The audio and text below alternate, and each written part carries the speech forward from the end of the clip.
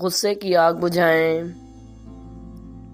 السلام علیکم ناظرین، امید ہے آپ سب خیریت سے ہوں گے۔ جیسے کہ آپ سب کو پتہ ہے، غصہ ایک فطری عمل ہے۔ ایک حد میں رہے تو نقصان نہیں، لیکن حد سے بڑھ جائے تو دین اور دنیا کا نقصان ہوتا ہے۔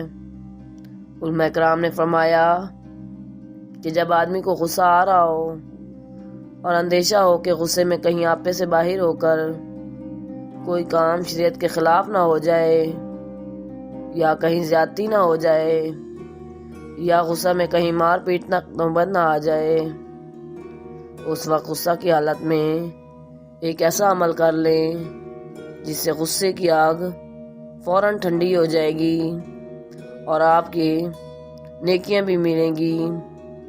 عرب کے لوگوں میں آج تک یہ روایت چلی آ رہی ہے کہ جہاں کہیں بھی دو آدمیوں میں لڑائی ہوئی یا کوئی فساد ہوا تو یہ عمل کرنے سے فوراً سے لڑائی ختم ہو جاتی ہے۔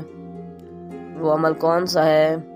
آئیے آپ بھی سنیے اور اس پر عمل کیجئے اور اپنی نیکیوں میں اضافہ کیجئے۔ عرب کے لوگوں میں آج تک یہ روایت چلی آ رہی ہے کہ جہاں کہیں دو آدمیوں میں کوئی تکرار اور لڑائی کی نوبت آ گئی تو فوراً اس وقت ان میں کوئی تیسرا آدمی ان سے کہتا ہے کہ نبی کریم صلی اللہ علیہ وآلہ وسلم کی ذات پر درود بھیجو۔ اس کے جواب میں دوسرا آدمی درود شریف پڑھنا شروع کر دیتا ہے۔ بس اسی وقت لڑائی ختم ہو جاتی ہے، دونوں فریق ٹھنڈے پڑ جاتے ہیں اور دونوں کا غصہ ختم ہو جاتا ہے۔